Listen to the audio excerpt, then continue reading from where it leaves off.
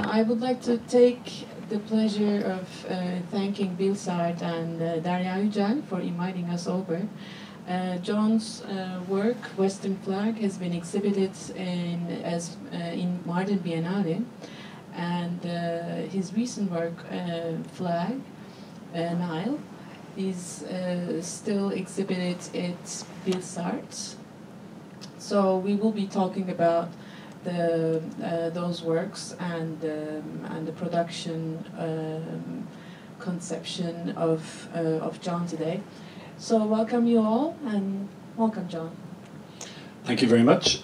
So I will talk a little bit about the musical soundtrack at the end of this talk. You may be wondering why it was there.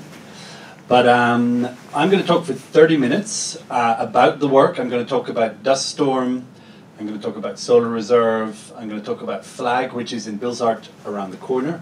It will be open in Bilsart at the end of this lecture, if anybody wants to go visit. And finally, I'm going to talk about Western Flag, which is installed very beautifully in Mardin by the Biennale. So I'm going to talk for 30 minutes, and then Ebru and I will be in conversation for around 30 minutes, maybe 20 minutes. And then we will open for questions and wrap it up. So it'll take an hour. It is now 4:15. So before I really begin talking about Dust Storm, I want to talk about 3D scanning and sculpture photography. But actually, I'm going to talk about this for a minute. So this is a work called Lufkin, which is a simulation. It is a virtual world. And I wanted to begin with this because I'm very interested in oil and petroleum. And this is a Texan scene from a company called Lufkin. And I always imagined that this object, this oil derrick, is both animated in that I have animated it because it's a simulation, but it's also animating. I mean, this object really, to my mind, gives rise to contemporary reality in the production of oil. And so it's a kind of there's two layers to the work. It's unreal as it's a simulation, and at the same time it's very real because it is really the energy source that we know to produce reality.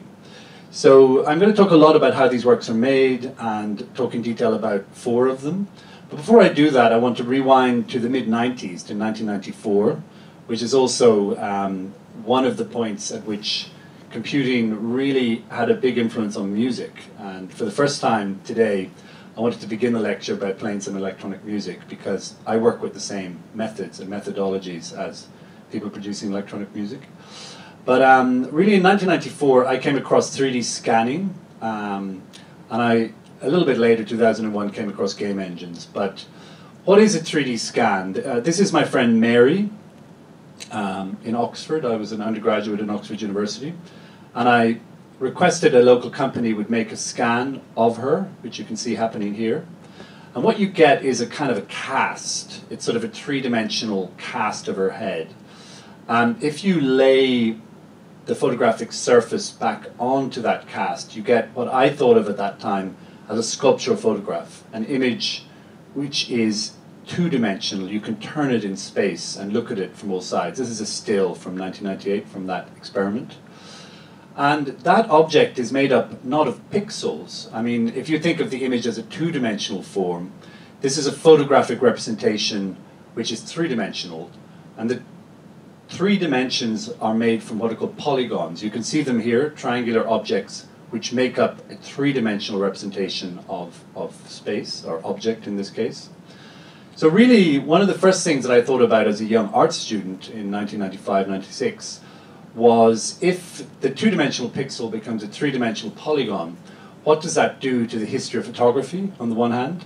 What does it do to histories of sculpture? How do those 2 areas interrelate?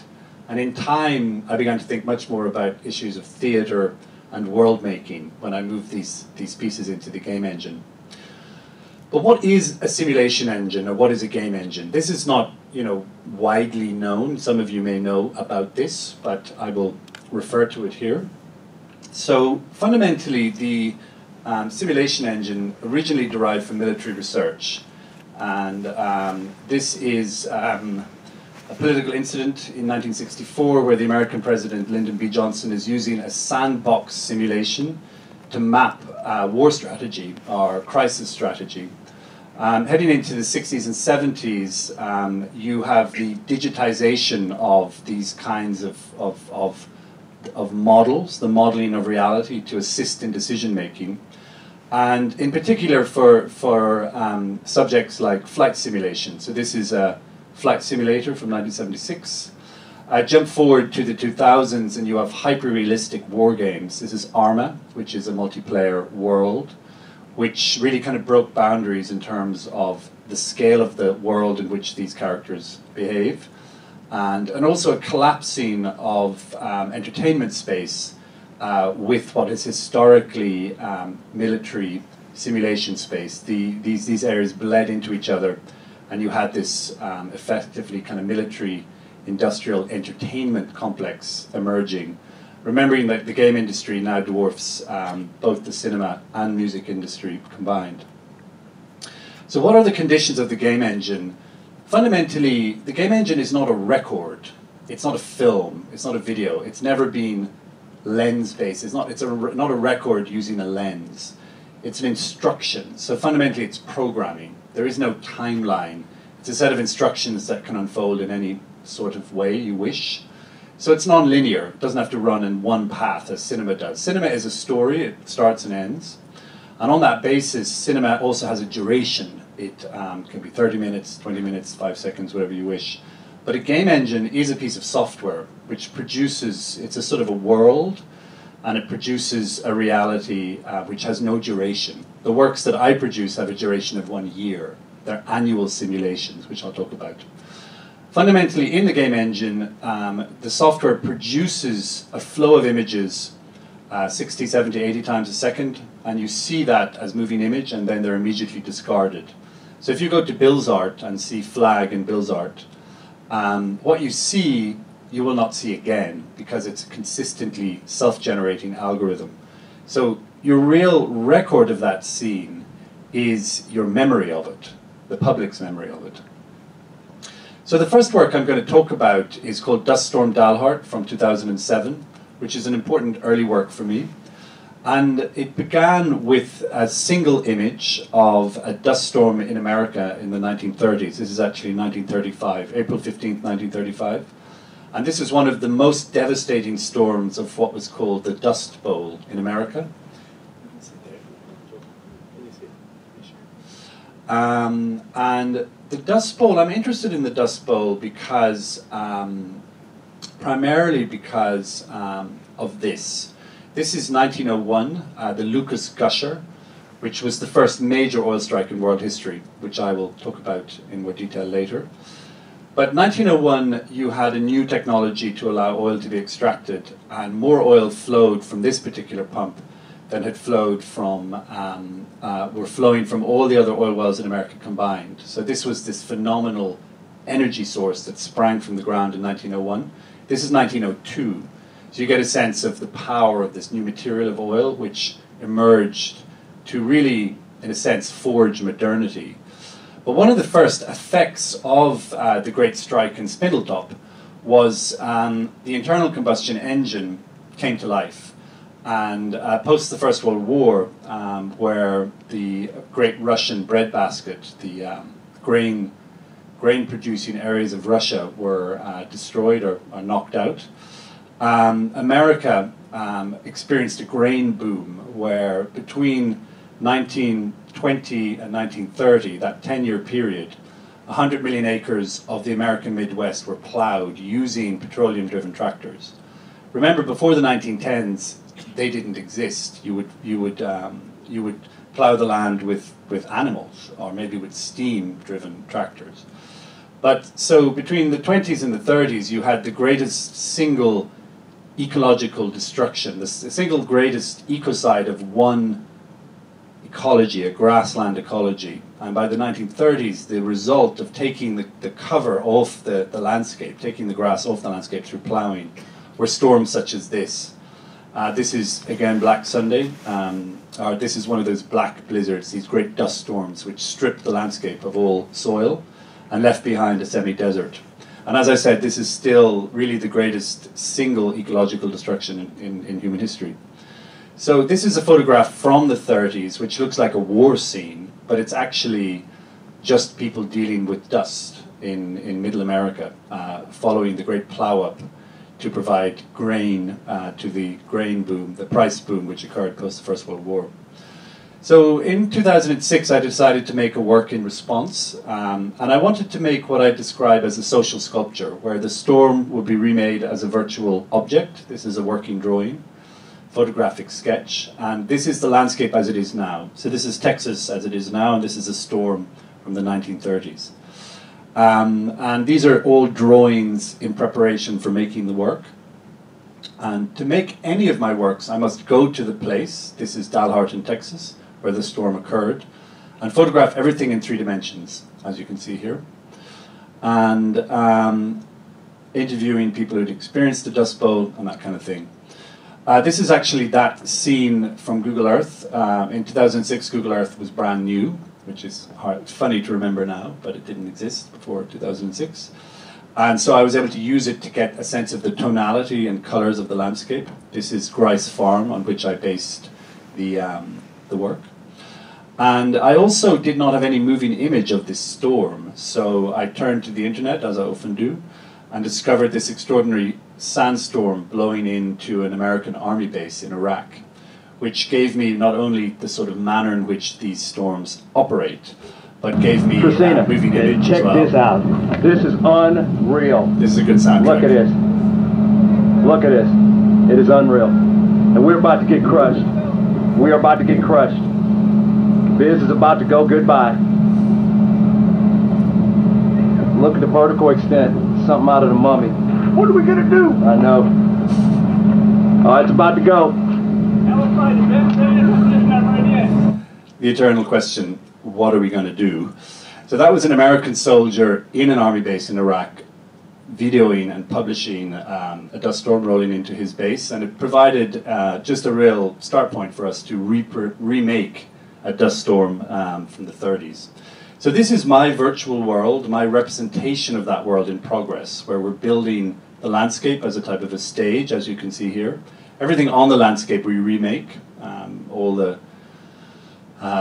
windmills, anything we find, watering points, all that sort of stuff. And the eventual piece is quite a simple work, Dust Storm Dalhart, Texas, 07. And in it you see a representation of the storm as a virtual object. So this storm, this is a video from the simulation, but if I zip it forward, you can see the camera moving, but you can also see the storm developing. Can you see the storm sort of moving and developing when I speed it up? So the action of the storm is quite subtle, and in this case it's not moving forward, it's sitting on the landscape as what I described as a kind of a sculpture. So the camera in the work pivots in a circle, as you can see here. Here you can see Grice Farm in the distance, comes back to show the sculpture as a kind of the storm as a type of sculpture. And that piece was shown in Marion Goodman Gallery in 2007 in a very interesting exhibition called Equal That Is to the Real Itself, curated by Linda Norden, who's an interesting curator, American curator. So it also traveled to Venice. It was part of the collateral event of the Venice Biennale, a project called Animated Scene in 2009. Here you can see it installed in an unused boat shed on the island of Certosa. One aside, as part of that project for Venice, I published a history of nitrogen. And the reason I did that is one layer to the story of oil is how oil and natural gas relate to the production of nitrogen. And nitrogen is not only an explosive, it's essential for the production of bombs, but it's also fertilizer. It produces fertility, which has tripled the food production possible within human cultures within the 20th century, in some cases by a factor of 10. So this particular history tracked the assignation of gas and oil to agriculture post the First and Second World Wars, and how that in time blew up the population. So a lot of what I'm going to talk about relates to a kind of virtual state of oil in which we live, which is largely invisible. I mean, oil is central to how we eat now, but people don't really consider that. because it is fundamentally fertilizer. Nitrogen is very rare in the natural world. It's fixed using heat, which is provided by natural gas, for instance. And you cannot really fix nitrogen from the air using any other power source. Perhaps you could do it with nuclear, but certainly natural gas is the technology of choice. So the second work I'm going to talk about is ostensibly a rather more hopeful work than Dust Storm. It's from 2014, so it's 7 years later. And it was commissioned by the Public Art Fund in New York as a response. They asked me to respond to the city of New York as an artist. So I kind of pondered this in 2013, and in 2014 proposed that I would make a portrait of what's called a solar thermal tower. This is one of these entities. This one's in Spain. And a solar thermal tower is a method by which you use mirrors to throw light to a tower, and in that tower it actually boils salt. The heat boils salt, which in time generates electricity through a traditional steam turbine method.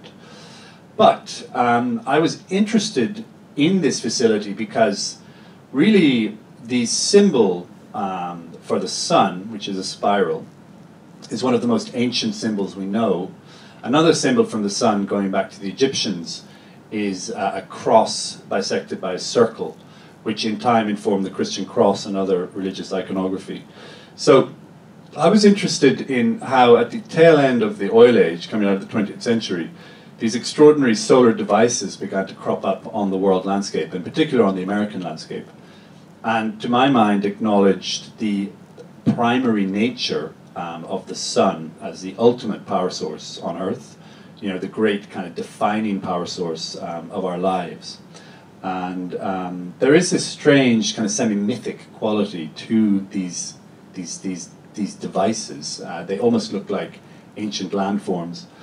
So I did discover a solar generating plant, a solar thermal tower in Nevada. Here it is shortly before I discovered it. This is the core infrastructure going in. And it's made up of 10,000 mirrors. It's the biggest on Earth. And I asked if I could represent it as a virtual world for an art project, and they said, "You sure can." So I was given access to the site, and I photographed it over several days. Here you can see the facility in progress. It's not yet functional. Photographed it as the sun goes down, into the nighttime, etc., because I'm producing annual simulations. I need to know what the scene looks like in the daytime and in the nighttime. And then we rebuilt this world as a simulation, as a virtual world. So this is a virtual representation of that scene, in which we have produced an animation, or sorry, not an animation, an algorithm which controls each mirror to optimally throw the virtual light from the sun back up to the top of that tower.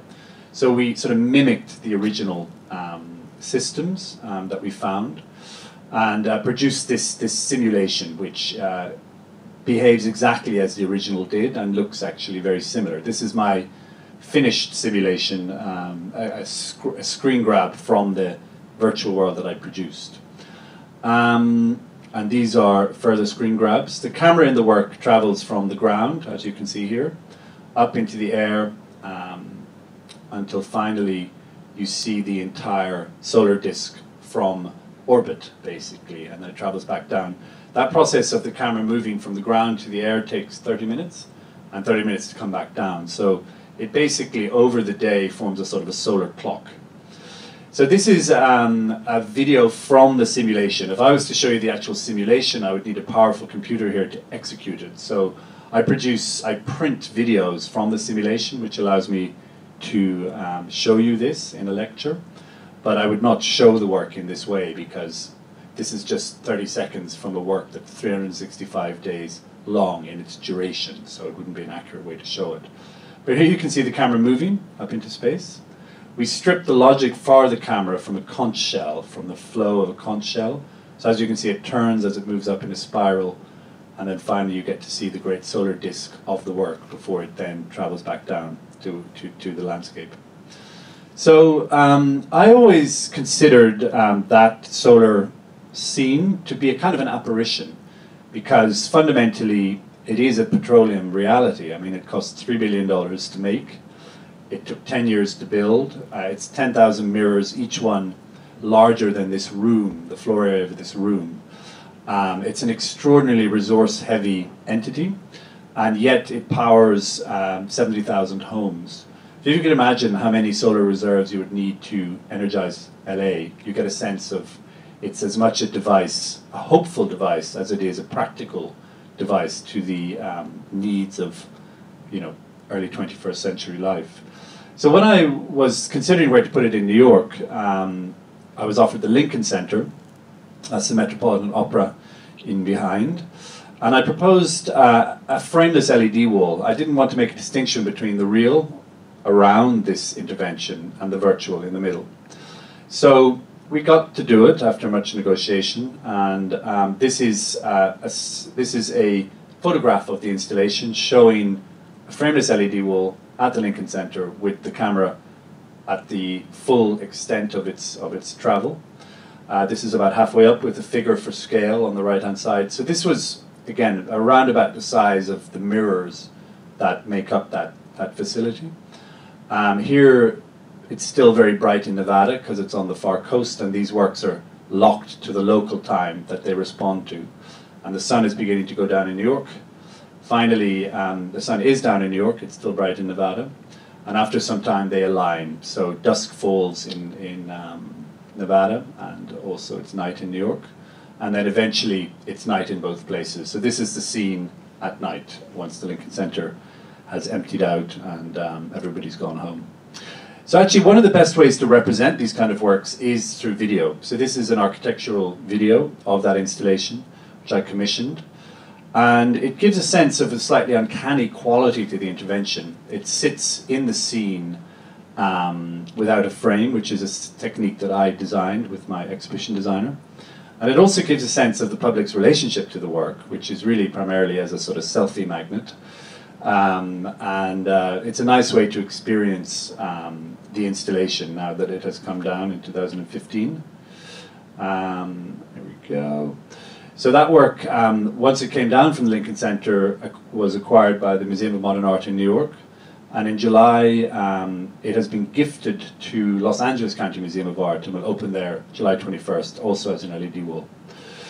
On the subject of selfies, 2014 into 15 was, the birth of Instagram in a sense. And the public really took ownership of this piece through Instagram. They performed in front of it. Right here, the second image in is what we call the flying baby, which is slightly alarming. The first image is kind of a solar deity type figure. But people really took ownership of the work, which I was very pleased about, and did as they wished with it. Ballet, doggies, etc. It is New York, after all. Moving on, the third work of 4 I would like to talk about is Flag, which is actually the work which is installed in Bilsart, around the corner. About 10 years ago, I took this photograph, which is a drip of gasoline on water. And I was interested that gasoline on water is very beautiful. It's very alluring, but it's obviously also very toxic. And that, for me, became a sort of metaphor for contemporary existence, where we sit here in Soho House, it's comfortable, and yet the slipstream of these kind of environments is extremely toxic in the form of carbon dioxide, etc., which allow these sort of realities to exist. And I then looked into gasoline on water. This is an image I found on the internet of a drip of gasoline on water. And I asked my programmer if he could try and unite the idea of the flag as a sort of, a national device. A flag denotes the political center, typically in any one nation state. You have maybe the right or the left, but at the center, everybody typically agrees that the flag stands for a nation state. And it just seemed to me that in this era of climate change, that the nation state is under some pressure, and I wanted to try and represent a flag, a gasoline flag, which would represent our conditions now in some sort of way. Part of my influence to do this were scenes such as this. This is the Deepwater Horizon disaster in the Gulf of Mexico, where BP lost control of its oil well deep under the sea. And that's oil on the surface of the Gulf of Mexico. So that's on the macro scale, an oil spill. Also, you know, the gasoline prism is reminiscent of data representations. This is sea level changes between 1993 and 2008. This is ice melts, where the heat of the color represents a more extreme loss of ice in our world.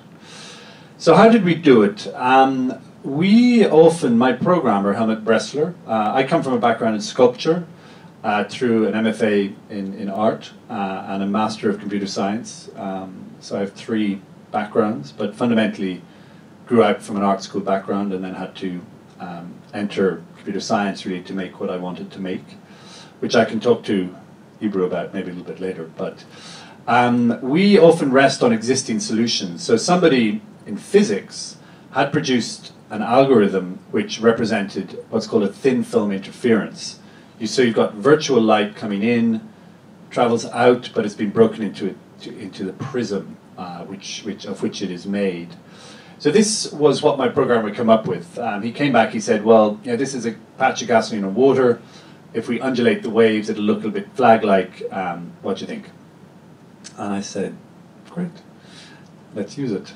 So in time, it became this series called Flag, which focuses on, in this case, in this particular series, 4 world rivers: the Amazon, the Danube, the Nile, and the Yangtze in China.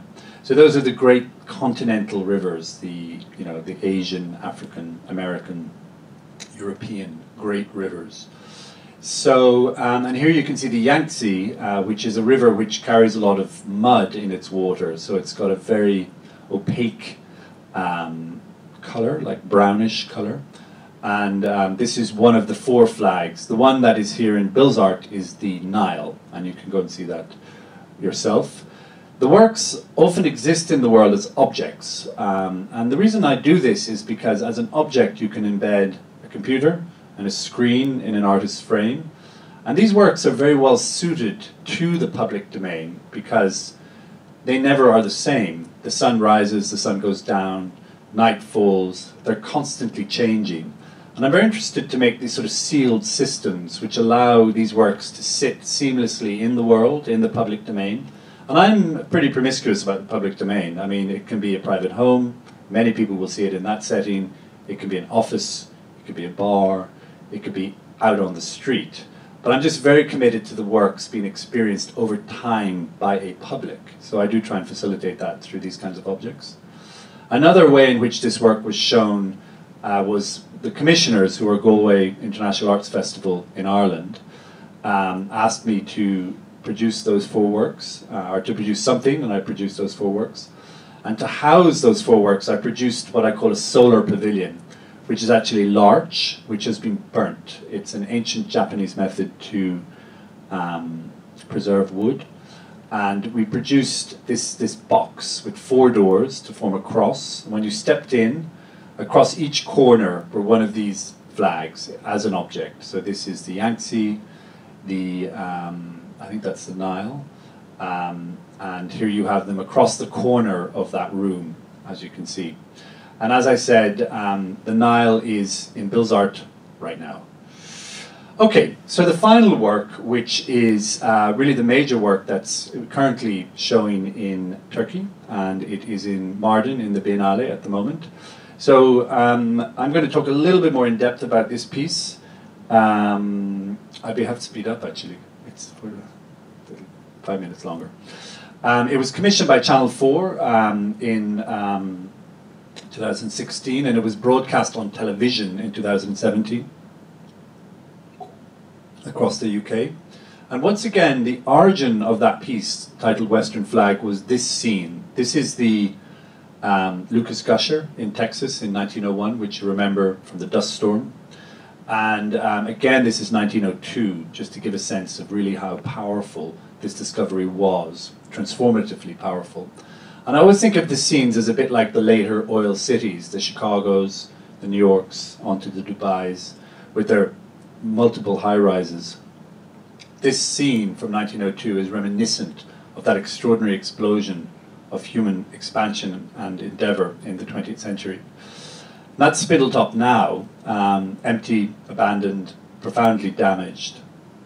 And I wanted to think about Spindletop, this famous iconic site in the history of oil exploitation, less in relationship to what it achieved, because obviously it drove a lot of tractors, heated a lot of houses, produced a lot of plastics, allowed a lot of extravagant movement, etc., etc.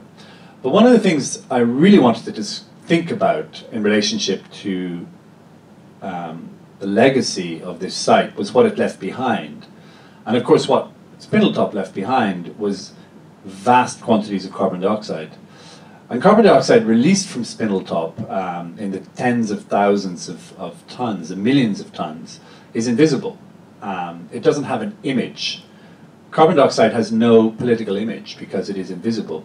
And on that basis, entities such as Donald Trump, the real Donald Trump, can deny it exists at all. He can simply say it doesn't cause any problems in this world.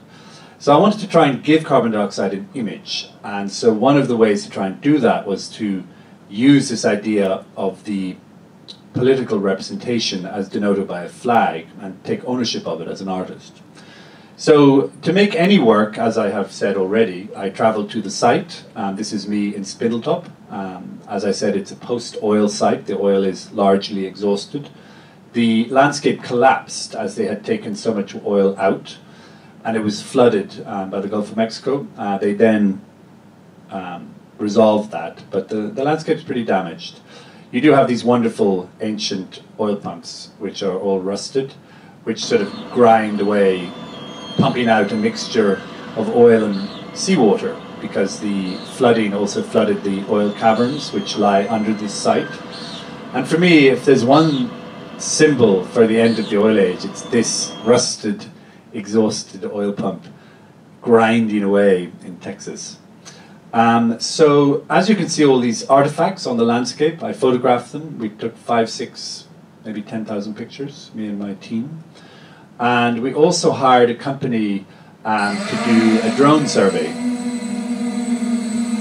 where they surveyed about 1 square kilometre of the site to allow us to understand the colours and the topography that existed there. So this is the kind of resources that drone produced at very, very high resolution. And then we spent a year rebuilding everything on that landscape by hand. So there is this kind of curious sense amongst the public that there's an automation possible between a photograph and a 3D world. There really isn't. I mean, if you want to make a portrait of an object you find in Spindletop, you have to do it by hand. And you have to spend up to a year with a group of 4 or 5 people working on a piece like this. And I do think this is why simulation, in the way that I fashion it, is not very common, because the resources needed to make a work like this are very, very considerable. And there's a curious, almost lack of ambition within contemporary art in relationship to technology, which I think Ebru and I will talk about in some detail. So these are these ancient decaying oil storage elements, which are realized here as virtual objects. Oops. And everything is remade as a portrait of what I found. So these are 3-dimensional sculptural objects. They're not scans, they're hand-built portraits of what I find using photographic documentation. It's not really possible to scan something like this because it's just really too detailed. But you get a sense of this idea of the photographic sculpture and also the portrait. So just moving to the end of this lecture, a virtual world fundamentally is a kind of a stage. It has a limit. It has a start and an end like a stage does. And it also has props like a stage, a theatrical stage does. So these are my props going into my scene, into my stage. And then we animate the sun at the speed of the Earth's turn to unfold over night and day across a year. Because of course, the sun dictates our sense of time on Earth. It has nothing to do with the fundamental nature of time, but if night falls in this scene, we believe that time has passed. So I use that as a kind of a hook to produce this orbit of a year within the work. Also getting back to solar reserve and the idea of the primordial qualities of the sun as the ultimate animating power source on Earth. So to make the smoke was quite a challenge. This is a burning oil well in America. This is actually oil being burnt off the surface of the Gulf of Mexico. All these are resources to allow us to understand how smoke operates and behaves. This is a strange tradition in America. Oops. Let me just do this. I'm gonna have to do that. But I woke you all up. This is a strange tradition in America where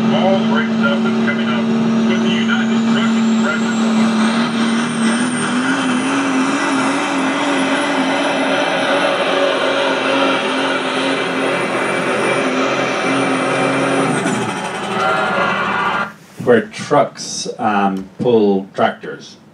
But it was interesting for us because of that plume of smoke as a kind of a sculpture. Obviously looking at flags, this is actually, believe it or not, Donald Trump's golf course outside Los Angeles, which has the biggest flag you could possibly imagine. So this is a kind of good reference for us, and through much research and much trial and error, we produced a simulation which simulated smoke in transit, but also allowed us to light it. Here you can see the smoke as in progress, as a kind of an experiment.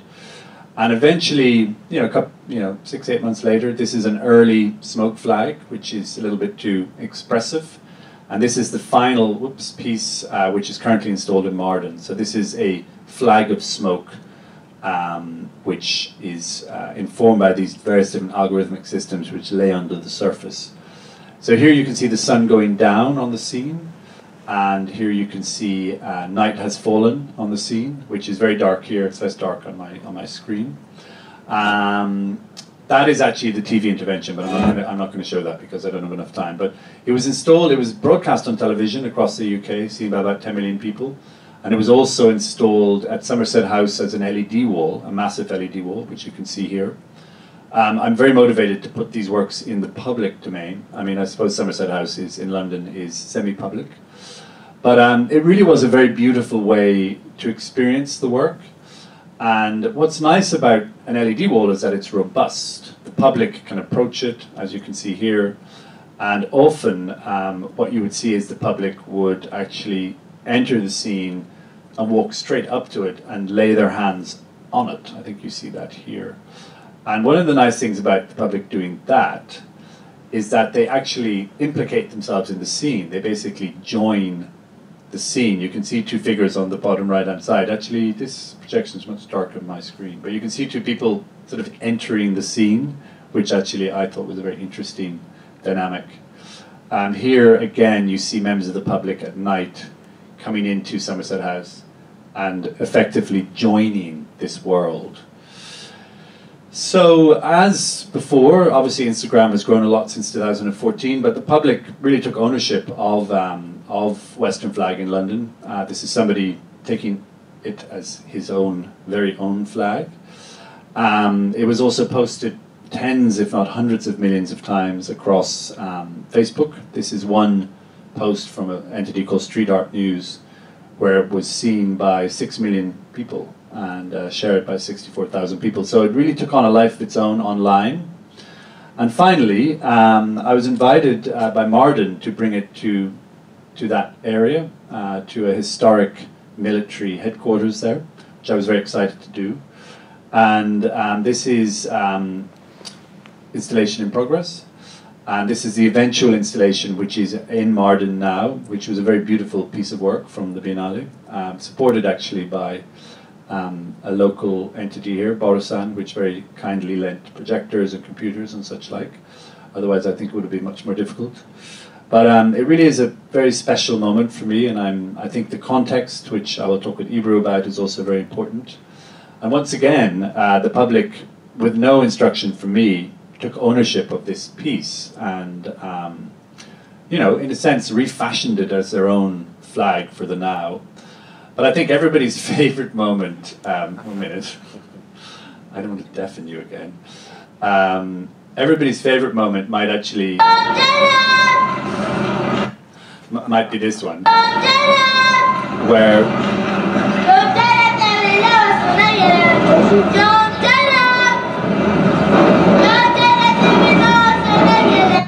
a local kid from Mardin, who I think was on the streets and maybe selling things on the streets, took ownership of the work and decided to broadcast it from outside the exhibition space, which, you know, is touching because seemingly the work affected at least one person in such a strong fashion. So with that, I think we can ask our technician to put on the lights so everybody can see how good-looking we are. Mr. Technician, can you hear me? And we will open this up to a conversation. I have overrun a little bit, but I think we have another 15 minutes, and we can just talk. If you want us to talk for longer, we certainly can. I also think that we should all go for cocktails in Soho House after this, if you want to ask questions to me directly. Thank you for this wonderful presentation, John, and it's a great honor to have you here. I think it's working, right? Do you hear me? Okay. Let's start from the Western flag. It's such a beautiful installation in Mardin, and it's very meaningful to have this work at Mardin Bienali'ne. What did you think when the curators Derya, Nazlı, and Fırat Arapoğlu, when they asked you to become a part of Mardin Bienali'ne? I would say, everybody, I would say my first response, and that of my husband actually, was entirely selfish, because I really wanted to see Mardin. I wanted to experience it. But the second was, you know, the Western flag speaks about carbon dioxide and tries to give it a political image, as I said. And Syria, you know, there's multiple layers to the tragedies that have occurred in Syria, but one of them is climate change. You know, climate change has displaced populations and destabilized populations across the Middle East, but particularly in Syria. So, you know, Western flag speaks of climate change in the first case. The other layer to Syria is that, of course, it's a victim of a proxy war between America, on the one hand, and other entities, you know, be it China, Russia, Iran. You know, it's a very complicated situation. But, you know, the Western flag does talk about what I would describe as an American hegemony, which emerged post the First World War very much in response to their domination of oil. I mean, oil enabled the American military to expand rapidly in power and scale. And following the First and Second World War, American hegemony overtook the economics of the world, essentially. And also, it's still the greatest army. I think its army is bigger than the other 8 countries, you know, stepping down in wealth combined. So your American hegemony is an oil hegemony, and you know, Syria is the victim of it and other problems. So it felt an appropriate site to place this flag for the now, for the Anthropocene, for climate change, and a lament for just for the kind of gross aspects of American hegemonies. Well, your works expose how our destructive dependence is constructed, and the technical difficulty of your work is very hidden, and that's what's amazing about your works, I think. So I want to go back to the basics, because in these kind of works, you mentioned social sculpture, and architectural videos. Usually media artworks are well known with contemporary techniques, without their links with contemporary art history. But I find strong links in your works with land art, social sculpture of boys, Robert Smithson, and the video pioneers. How did you find these links? And there are different kind of sculptures you're using in your work, like algorithmic sculpture, social sculpture, many. Well, I would say that my most formative moments as an artist occurred as an undergraduate in what's called the Ruskin School of Fine Art, which is the fine art department of Oxford University. And it's a very small school. There's only 20 artists per year, and you're distributed across the university in different colleges. So it's a privileged experience. Obviously, to study in Oxford University is privileged, but then it's doubly privileged because it's a tiny art school with an extraordinarily rigorous staff.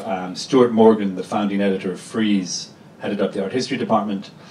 And my memories of, I was not a particularly successful student, but mostly because I was listening to too much dance music and taking too many drugs, but putting that aside, my memories of the art school was about criticality, and criticality in relationship to art history as much as to your own production.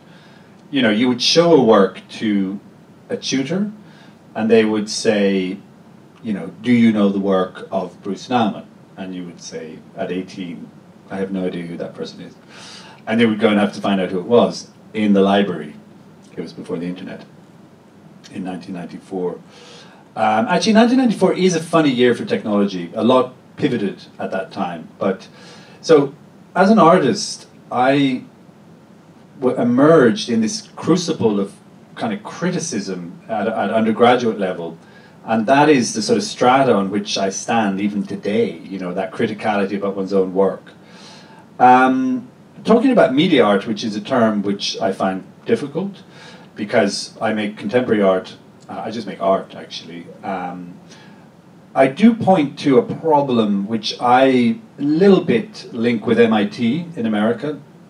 I call it mititis, or a disease that emerges from MIT, which is that, you know, as technology became more powerful in the 70s into the 80s, and remember, you have experiments in art and technology where major contemporary artists, be it Jasper Johns or Rauschenberg, were experimenting with technology in the late 60s and the early 70s, you know, through the EAT, as they're known, both on the west and east coasts.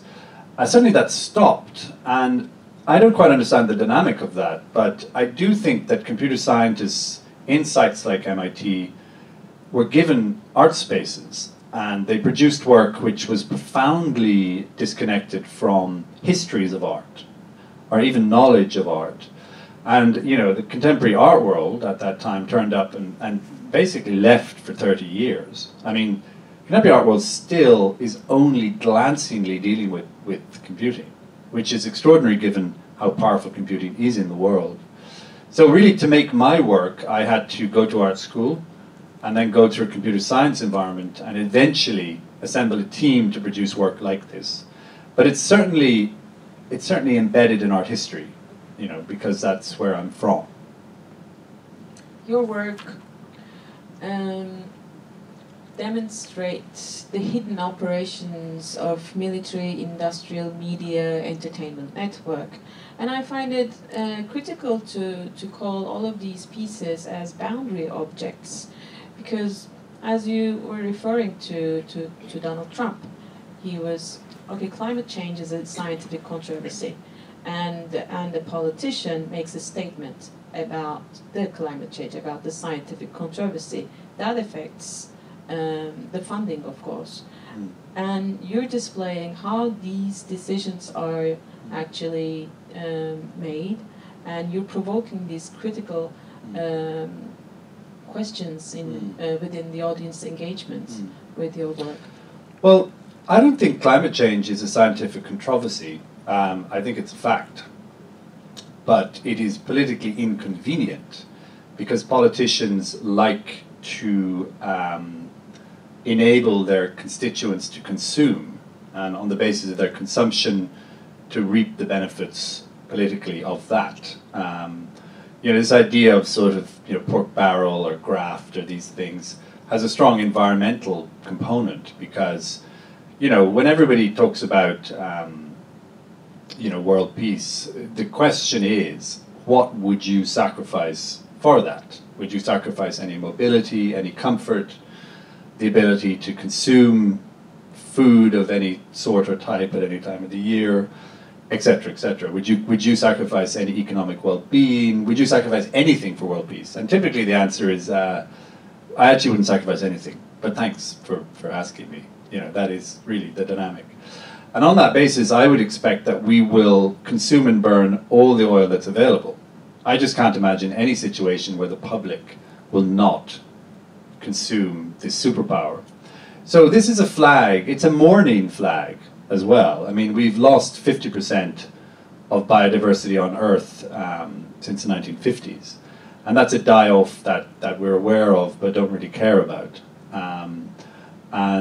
So it's a mourning flag for those creatures who live alongside us that are just simply perishing. So mourning for a catastrophe.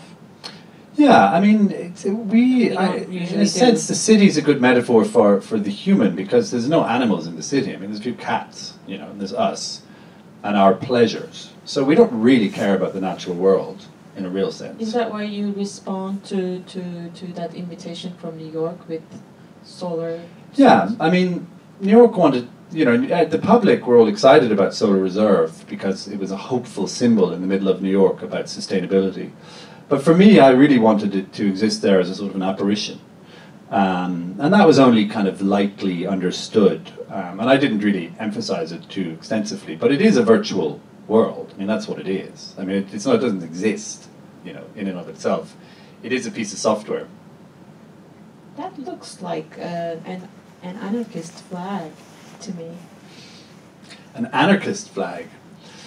Well, in a funny way, carbon dioxide is fundamentally anarchic. I mean, it rises above Istanbul, a great plume of it, 4 or 5 miles up into the atmosphere, and then is distributed globally. I mean, it has no respect for national borders. It just simply travels around the world and coats it in this thick layer of invisible gas. So, in one sense, it is an anarchic substance. But I do believe that its effects are also anarchic, as that it does produce a type of chaos. Chaos in climate terms, you know, storms and floods and all these disruptions, but also chaos in political terms because you know, people can no longer continue doing what they did before. I mean, at the moment, that's primarily happening on the peripheries of what you could call the developed world. So the poorer regions of the world are really coping with climate change most profoundly now. But it does produce chaos because Europe at the moment is dealing with vast flows of people from particularly North Africa and Africa who are displaced largely by climate change. And you know, that's a chaotic situation which nobody can really fix, which is central to the rise of populism, both in North America and also in Europe. So yeah, I mean, it is a flag for carbon dioxide, and it's also a flag for the kind of anarchic, chaotic conditions that an excess of carbon dioxide will probably bring. Also, maybe this is like the business model of oil companies. I mean, it has changed. I mean, the anarchic way of capitalist corporations. One last thing about the guerrilla-style interruption to regular programming to the British TV broadcaster Channel 24 over 24 hours.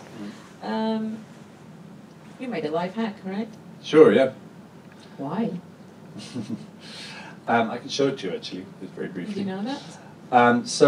That I didn't show it to you because I kind of ran out of time, but I'll show it to you now. So this was Channel 4 in the Back UK, in which North is Devon, a national TV Emily, station. her builder Dave and his team have been busy stripping out the kitchen, including the ceiling. The traditional northern plaster. So that was right across the UK for about 20 seconds, a couple of times an hour for 20 Is one period feature that just hours. hasn't stood the test of time. And we just we hashtagged it Western Flag so people would have a sense of it. So yeah, it was a hack into TV, but it was sanctioned by the TV station. Why did you do that? Why did you prefer to do that, to make a kind of an audience engagement? Well, because the TV audience is like a passive audience, as you right? can see in this picture, like this flag ends, like, you know, the world ends and the other world begins, and there's no frame. So how do you translate that to TV?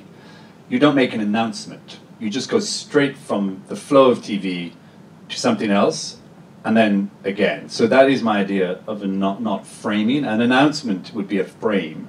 So we have no frame. And then the second layer is, people are super comfortable, you know, on multiple layers they're comfortable for the most part. And I just did want to give them a little zip, a little kind of, little, what's that? So on Twitter, everybody thought it was, you know, that ISIS had hacked Channel 4, which obviously had not happened. But, you know, it was kind of good to give people a little wake-up call. And then they went and Googled Western Flag and worked out that it was an art intervention and were disgusted. That also reminded me of Chris Burden. After Vietnam War, he made the same thing in 1968. Yeah. Maybe we'll invite you to make some comments, or to ask some questions, or to engage with our conversation. Or we have one question. Just shout. Comment, actually. This fluid, gassy flag also makes me think about the idea of a nation state, which is also kind of ephemeral, and it's been this discussion has been going on for a while.